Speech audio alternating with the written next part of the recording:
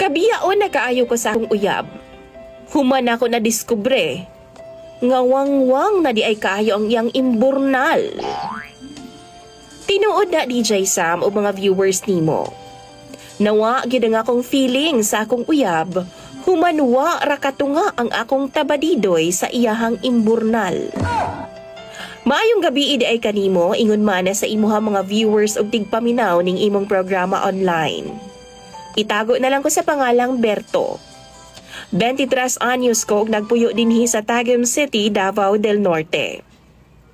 DJ Sam, wa na gyud ko'y laing choice pa, kundi mangayo na lang kog tambag sa imo mga tigpaminaw tungod kay wa na jud ko kaybaw kung unsa bay angay na kong buhaton karon. Humanwa naman gyud ko'y feelings pa sa akong uyab. Ug akong sugdan na dihang nagtrabaho pa ko sa usa ka kumpanya dinha sa Davao City.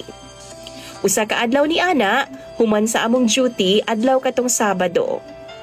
Nang hagad ang ako mga kaubanan nga mag-inom lagi daw mi sa usa ka bar diha sa Davao. Katong gabi una, nakaila na ako ang akong uyab nga itago nato sa pangalang Christine. Si Christine, DJ Sam, usa ka dalaga. 21 anyos og nagpuyo sa Surigao City. Payaton siya DJ Sam og tama-tama lang pod ang iyang height. Tapos dili na ko malimod, apiki gid siya now. Pero ambot ba nganong na in love ko sa iyaha? Hubog manggod ko ni atong higayuna DJ Sam, maong gwapa kayo siya sa akong pananaw. Milabay ang 5 ka buwan sa among relasyon, ning resign ko sa akong trabahuan ug nipauli ko sa amo a DJ Sam ug gidala nako si Christine.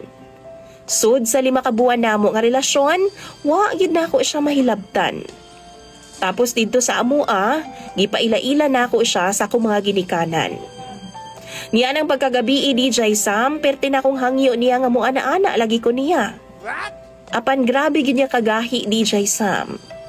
Sugod alas 6 na akong hinangyo, alas 12 na sa kadlaw niya gihatag ang iyang pagkababahay sa ako Tapos sa among nga binugno ay sa kama, natingala ko. Intrada pa lang, muragwa naman ko'y ma-feel, DJ Sam. Tungod di ay, wa ra katunga ang akong tabadidoy sa iyang imburnal. Dito na ko na-discourage, DJ Sam. Tungod lagi, ingon siya nako nga virgin pa daw siya. Katong higayuna, nabigyan gyud nako siya isa lang ka round. Pero wa gyud ko malipay. Mao nang mangutana ko sa imong mga viewers. Unsa bay angay na kong buhaton? Apiki na gani siya naong, wang-wang pagyud kaayog imburnal.